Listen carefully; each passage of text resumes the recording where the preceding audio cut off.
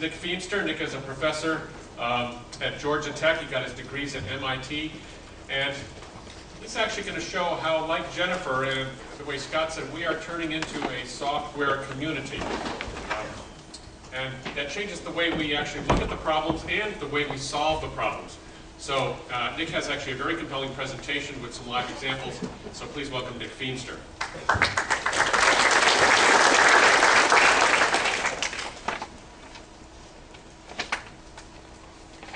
Thank you. This morning I'm going to tell you about some of the work we've been doing and using software-defined networking to improve network management. This is the work of two grad students, Jun Kim and Srikanth Sundarsan, who've been working a lot in this area over the past couple of years, as well as Marshani Chetty, who's a postdoc in human-computer interaction. And we were just hearing a lot about interfaces, and we'll see towards the end of the talk why, how we've been using SDN to improve interfaces that users actually see. So I've been working in network management problems for quite some time, and it's of course no secret here. I think we've seen this slide now 3 or 4 times and presented in different ways this morning. Network management is very, very hard. It's currently manual. It's error-prone. It's very complex. Why is it hard? Well, I'm going to get into that a little bit in a little bit more detail. But one of the reasons it's very hard is that network configurations change continually. There's constantly provisioning of new users and new devices. So this is a graph showing, for example, the number of devices. This is the number of switches in the University of Wisconsin network over the course of 5 years. You can see that it's continually growing. Many of these are virtual, of course, but as the network continues to grow, operators are adding new devices, new users, new features. Complexity is just going up. It is not going down at all. Response to incidents is another thing. This is a sort of morning report that I grabbed from the Georgia Tech OIT webpage from Friday morning. You can see there were 2 network outage events that required some kind of operator intervention. So operators are continually tweaking the network. They're continually touching the configuration. And it should come as no surprise then that as operators are touching this configuration, they're introducing errors. And what I've been working on for the past 6 or 8 years now is to develop mechanisms to help network operators manage the networks better. And as we're talking about, we'll talk about enterprise networks, but we'll also talk about home networks where the network operator is unfortunately you. So I'm also interested in, we're going to talk about how to make your life better as well. So we've been talking a lot about software-defined networking this morning. We've heard about how software-defined networking makes it easier for network operators and protocol designers, etc., to evolve new network capabilities, to innovate in their network. And what I want to talk about in this talk is a slightly different question, which is, can SDN also help network operators manage their networks after they're deployed? Right, so what kinds of things can we do using SDN to make networks easier to manage? So SDN is great, but it's not a silver bullet unless we know what to do. Right? So the first thing we need to figure out is, why is network management so hard today? And then we can go back and sort of figure out what kind of changes we'd like to make. So I'd like to go through, sort of posit 4 reasons why I think network management is hard, and sort of try to convince you with some examples why I think these are some of the major reasons the problem is so hard. The first is that configuration is very complex and low level. I've given you a taste of that already. Campus network, for example, might have more than 1 million lines of configuration, thousands of devices, switches, routers, firewalls, etc., and hundreds of thousands of changes every year. This is sort of a graph showing the time of day, the average number of changes that a network operator is making to a campus network in any given day. So, at peak time, tens of thousands of changes. Of course, some of those are automated with scripts, right? But still, we're talking about very low-level changes to switch and firewall configuration. This here is, I grabbed this a couple days ago from RateMyNetworkDiagram.com. It's sort of like a hot or not for home networks. So this is somebody's home network. They've made a very nice diagram here, but if you can't read it, that's part of the point. If it's hard for you to read, it's probably even harder for them to manage. Maybe got them a 10 out of 10, for aesthetics, but once something breaks, of course, it's very tricky for anyone to go in and fix. So that's one reason why network management is pretty hard. Another reason is that network state is dynamic, right? Things are constantly changing. Hosts are continually coming and leaving. Hosts may become infected. And unfortunately today, configuration is a pretty static notion. Operator makes some changes to configuration, commits them to CVS or RCS or what have you, pushes them to switches, and then something happens. Right? An infection occurs, or a host comes, a new host comes and needs to be authenticated, or an attack occurs, and the operator now has to do something. And rush, got to make a bunch of changes. Of course, none of these things are being vetted, and then all of a sudden, we've got a mess on our hands, a week later when nothing works. Instead, what I'm going to propose is one of the things that SDN allows us to do is actually move some of the aspects of network configuration that are naturally dynamic into the configuration itself. So I'll talk a little bit about how we're going to do that with a system called Resonance. The third reason that network management is hard is because too much complexity is exposed. For example, if we're talking about configuring a home network today, this is the first tab that you might see. And if you and I are probably lucky enough to know what a MAC address is and what SSIDs and web keys are, but the average user probably is not. Right? And this gets more and more complex as you sort of tab through these things. This is far too complex for the average user. So what I'm going to pose later in this talk is that one of the things SDN can allow us to do is refactor some of the functions. One of the things that, as we've been working with researchers in human-computer interaction, one of the things that we've been realizing is that this is, perhaps designed by someone who drives a stick shift, but it's not entirely the fault of the interface designer. One of the things that interface designers, are crippled by is the underlying infrastructure. So what they have is a choice: do I hide this complexity or do I show it? Right? They don't have any flexibility as, maybe I should move some of this complexity to a different part of the system. And that's one of the things that SDN allows the designers to actually do, thereby improving, thereby offering the potential to improve interfaces as well. The last thing I want to talk about as far as a source of management complexity is that devices are heterogeneous. That there are routers, switches, firewalls. There are many different middle boxes. There's authentication portals, there's vulnerability scanners, etc. Each one of these things has its own configuration. Each one generates its own type of alerts. It has its own interface. I mean, somehow this has to get all kludged together into something that actually works and makes sense. These devices have separate and often competing functions for performing different tasks. There's a whole hodgepodge here that has to work together. And because each one of these devices is sort of designed independently with its own protocols, interfaces, etc., it's sort of left to the operator to his own devices after the fact and sort of make it all work together. What I'm going to posit is that one of the things SDN allows us to do is cope with this heterogeneity a lot better.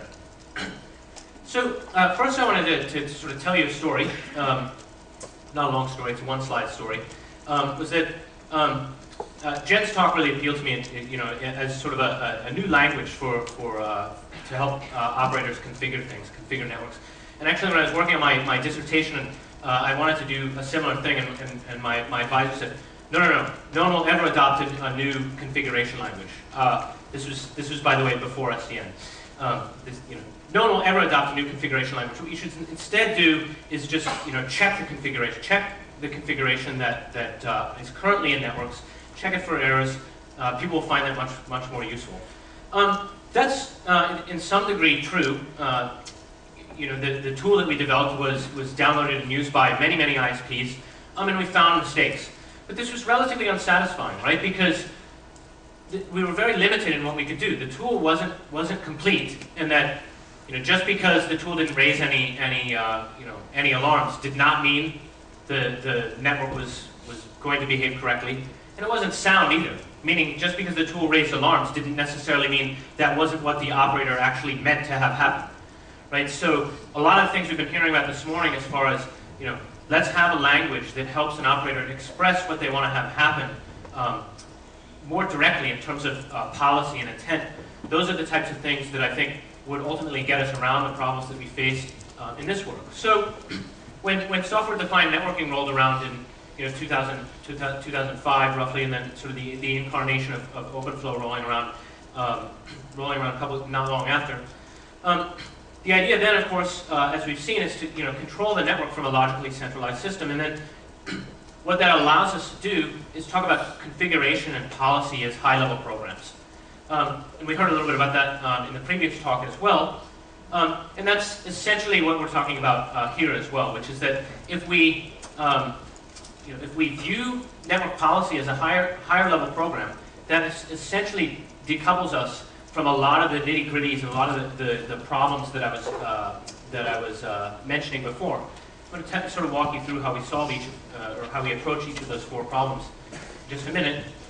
But the high-level idea here is a platform that we're building called Resonance. And the idea here is that let's not configure the network. Let's not go around like expecting an operator to configure thousands of independently operating network devices with sort of the COBOL equivalent of network configuration.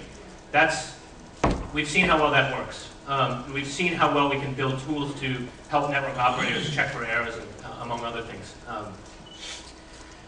So the idea is apply SDN to sort of allow operators to write network policies, write network protocols as programs. And the idea here is that in doing so, we can make policies more expressive, more predictable, more evolvable, and also, more importantly, more usable.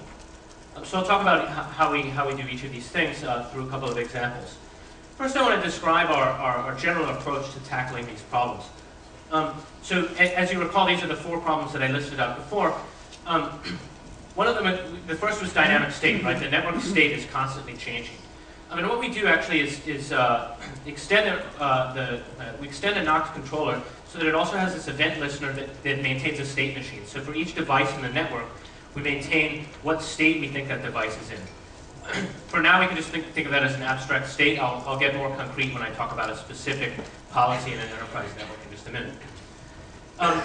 Low-level configuration, obviously, we can talk about instead configuring the network using a high-level policy language. There are, of course, many examples of doing that. Frenetic being one. I'll perhaps offer a sort of poor man's high-level policy language that we're using for Resonance right now. Ethane as well had another one. So there are many different instantiations here, and I think there remains work to be done. But that's sort of Resonance's approach there as well.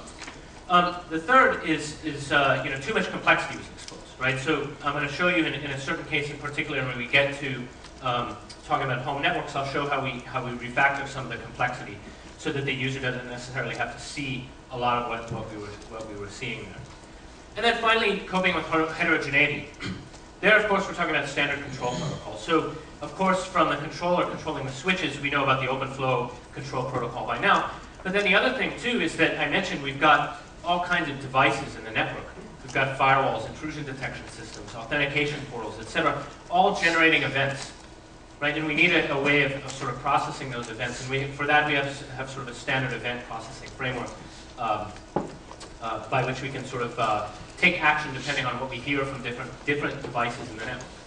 So let me talk about each of those. So processing dynamic events. So the idea here is, think about the network policy as essentially nothing more than an event-based program. So if we just had to configure a topology, provision some devices, and then be done with it, network management probably wouldn't be hard. What makes network management hard? Stuff is always happening, right? So, but we can cope with this stuff. What we can do is allow a network operator to express what they want to have happen when a certain thing happens, right? So if an intrusion alert happens, the program might decide to do something, right? Depending on whose device it is, whether or not it's a guest of the network or a high-level executive, you might want to take a different type of action. When a host registers, you might want to take a different kind of action. When an operator modifies policies, that might require other types of actions. We can express these as centralized programs.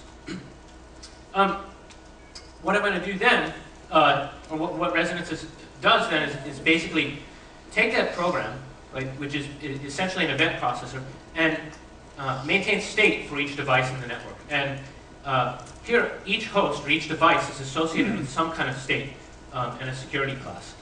An example state might be, this device is registered or appeared on the network, but it has not authenticated. right? So now network operators do a lot of complex things, which I'll describe, to put a host in a captive portal or garden wall until they've authenticated. We could do these types of things a lot easier by expressing them as a state machine, and I'll show you how. So we specify a state machine, then we specify the conditions or the events that trigger a host from moving from one state to another. What causes a host to move from a registration state to an authentication state? Well, presumably it receives some kind of event. It receives perhaps a notification from an authentication portal that a host has successfully authenticated. And so we specify states, we specify conditions for moving between different states in the network. And then finally, we specify what that forwarding state should be for each state. So, for example, if a host is registered but not authenticated, maybe we want to pass port 80 traffic to a registration host or a captive portal. Maybe we want to allow DNS traffic through a DHCP, but we want to block everything else. Right? And then, depending on who it is, depending on who authenticates, maybe we want to rate limit them, or maybe we want to cap them, right? So they don't use a particular amount, more than a particular amount of traffic at any particular day or time interval. Towards the end of the talk, I'll actually show you a cap management system we have that's actually running live in the room here. So as I mentioned, a way to cope with the low-level configuration is to come up with some high-level policy language. And as I mentioned, there are many ways of doing that. We saw one example in the previous talk. With resonance, because we're keenly interested in managing the states for each device, keeping track of the states, and then taking specific actions depending on what state each device is in, we basically have a language that specifies essentially that finite state machine. Standard controls, what do we do here? Well, as I mentioned, we've got an open flow channel between our controller and the devices in the network, and then we've got a framework for processing events from different kinds of network devices. Refactoring functions. So, as I mentioned, current interfaces primarily make decisions about whether or not to hide or display complexity. Do I show the user this thing about MAC addresses or SSIDs or channel settings or what have you, or do I hide it? Instead, what we can do is actually change where some of this function is placed. Potentially, in the case of a home network, you might not want it in the home at all, right? It could be a remote third-party controller, which is what I'll show you at the end of the talk. We can change where that function is placed to make the system more usable. And the sort of guiding design principle that we've been using for this is to hide most information, right? So users mostly don't care about how stuff works, right? They just want it to work. So we're trying to only expose information if it improves situational awareness. That is, if it tells the user something about what's going on in the network that they need to know. For example, there's someone on my wireless network that appears to be no one who lives in my house. That might be something that improves situational awareness. The other thing is it's got to be actionable, right? The user should be able to do something about it. Someone's on my wireless network who shouldn't be here. Can I kick them off? Well, hopefully the interface allows you to do that. Otherwise, that information wasn't very useful. Right? So things that aren't actionable or don't provide useful information, we try to hide. In particular, we also try to hide the how, right? And show basically only the what.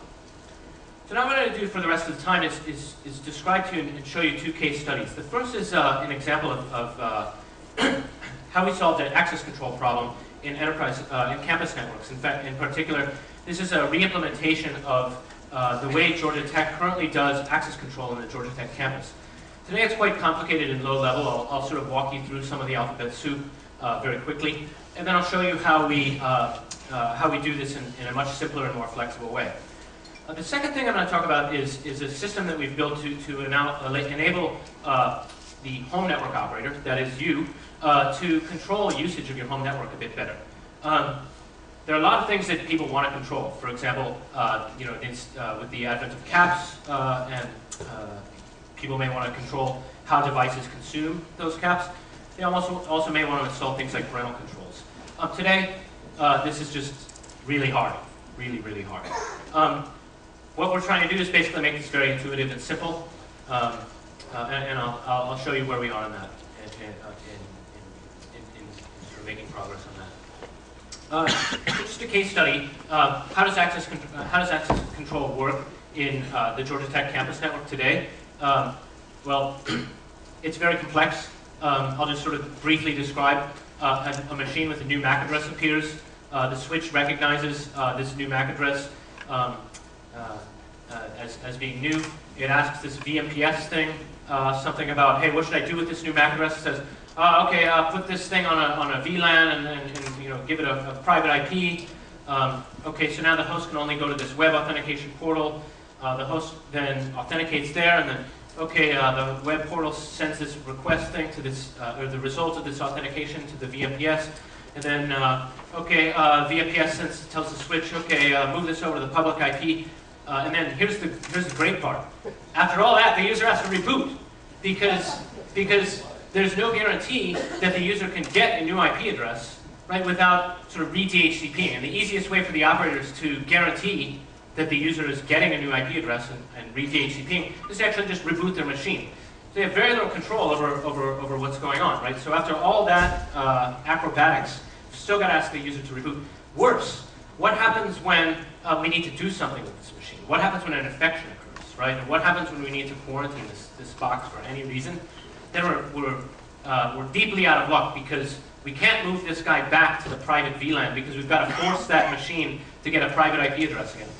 Excuse me, your machine appears to be infected. Can we reboot you so that we can put you back on the private VLAN so that you can't have internet access anymore? Yeah, probably not going to happen.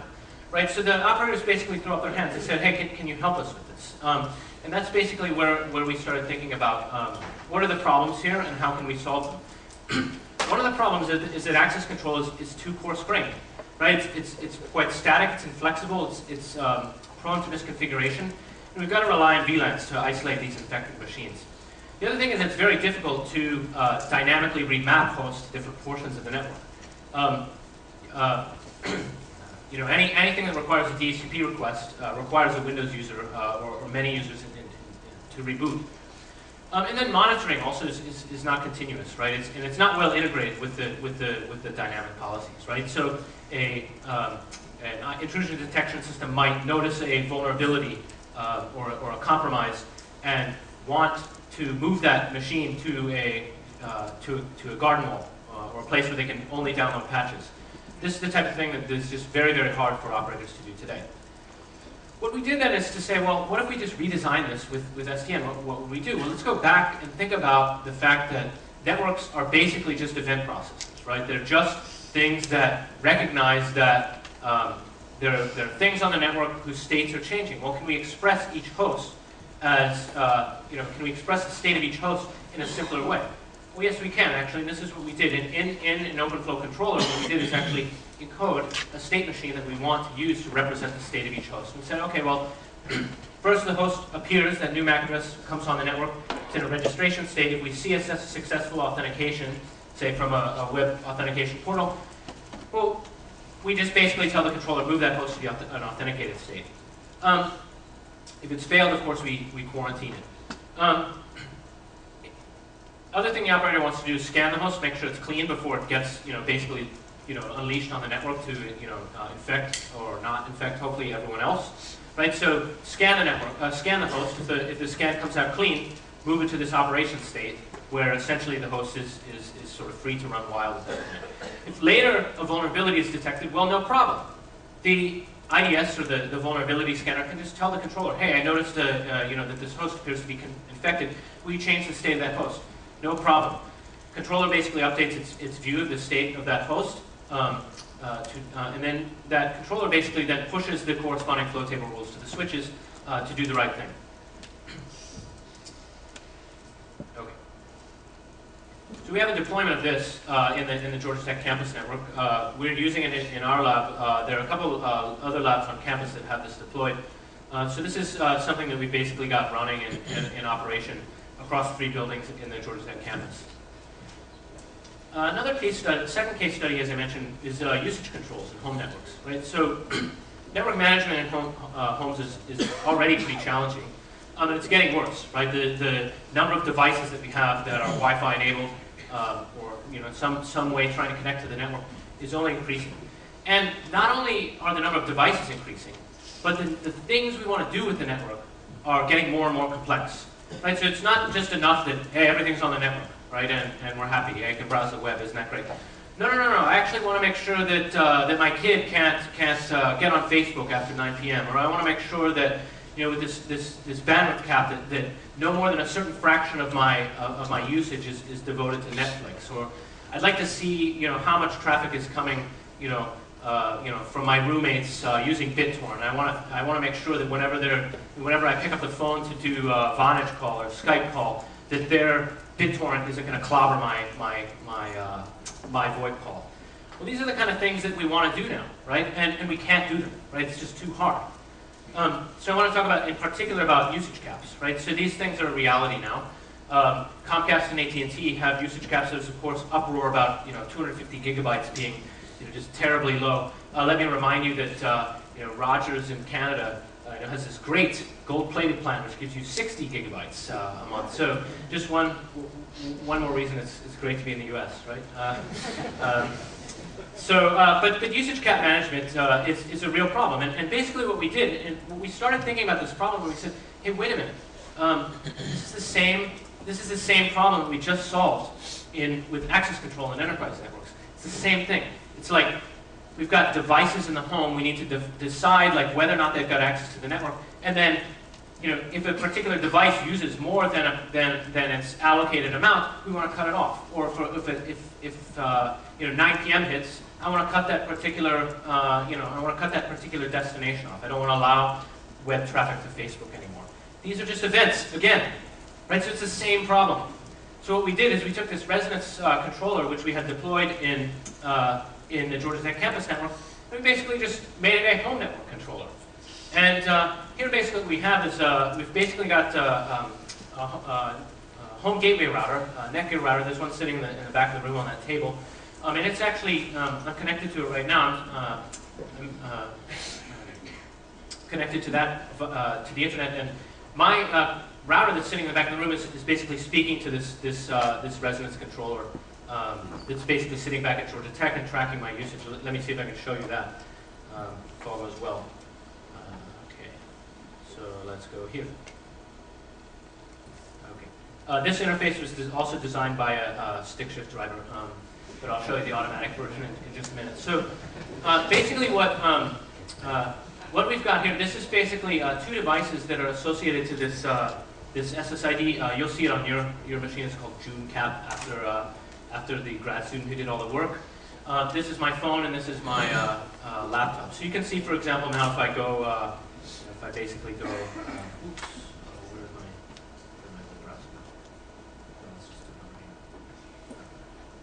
Let's just go somewhere interesting. That's not interesting, but okay. So basically, you'll see this usage cap increase. Let's see if we can do something more interesting.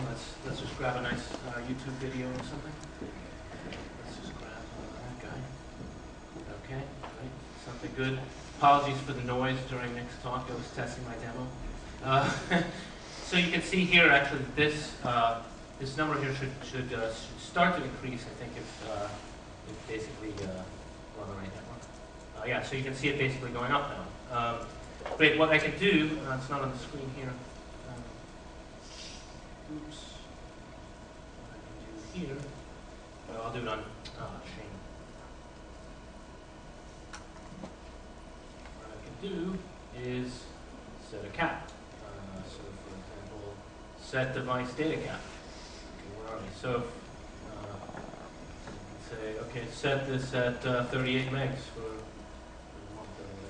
right, so this is sort of a per device thing. Okay, so I guess now it's just gone over and essentially we're capped. I'm now off the internet effectively until I enable myself again. I can at least get myself to the portal. We fixed that problem. So that's essentially one of the things that we're working on with software-defined networks. Here is basically a version of there. Here's a version. Oops. Here's a version of the interface that we're working on with the people who actually know stuff about this. The idea here is, of course, like that what I showed you is going to look a lot more intuitive, right? Something that basically tells you, here's how much bandwidth you have left for the month. Here's basically how your usage breaks down by different devices. We're looking at things like, people have done user studies about, things they want about this type of thing. For example, I want to be able to give some of my usage account to someone else in the house, or I want to be able to, budget this out so that at the end of the month, I can download all my software patches or, YouTube videos or MP3s or whatever. Things that basically help the user manage the network a bit better. So, in conclusion, there are many problems in network management that result from the fact that configuration is low level and distributed. I've shown you one system that we've been building using software-defined networks called Resonance. It basically programs the network from a logically centralized control point and sort of views the network as an event process, right? Something that basically just processes different kinds of events from different devices on the network. This allows us to program the network at a higher level and also handle these dynamic events much more easily. It also allows us to cope with heterogeneity, right? Notice that, for example, in that demo, I had a laptop, I had an iPhone connected. I could have had something else, right? I could have had a set-top box. I could have had something else that generates events, or I could have had a third-party policy management thing that said, hey, look for the time of day and then install this kind of flow in the network, and install this kind of flow table entry in the network, and cut off Johnny at 9 p.m. A lot of things are possible here. This is just really the beginning. We're just starting to think about the types of things that we can do with this type of system. I presented 2 case studies here, but I think there are many more possibilities. So I thank you for your attention.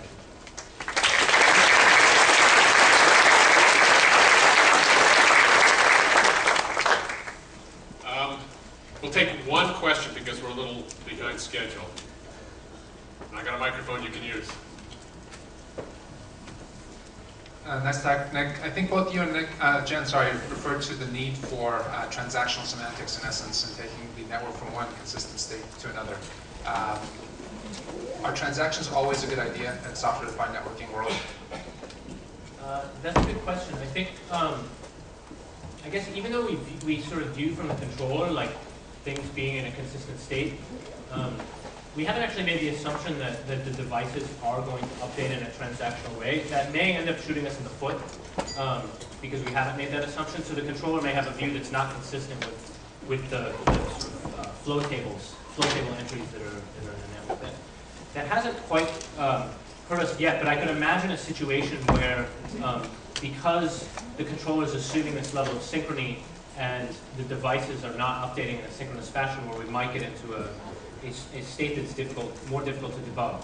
So for example, some switches are in some funny configuration and you can't get to the configuration portal, and then how do you debug that?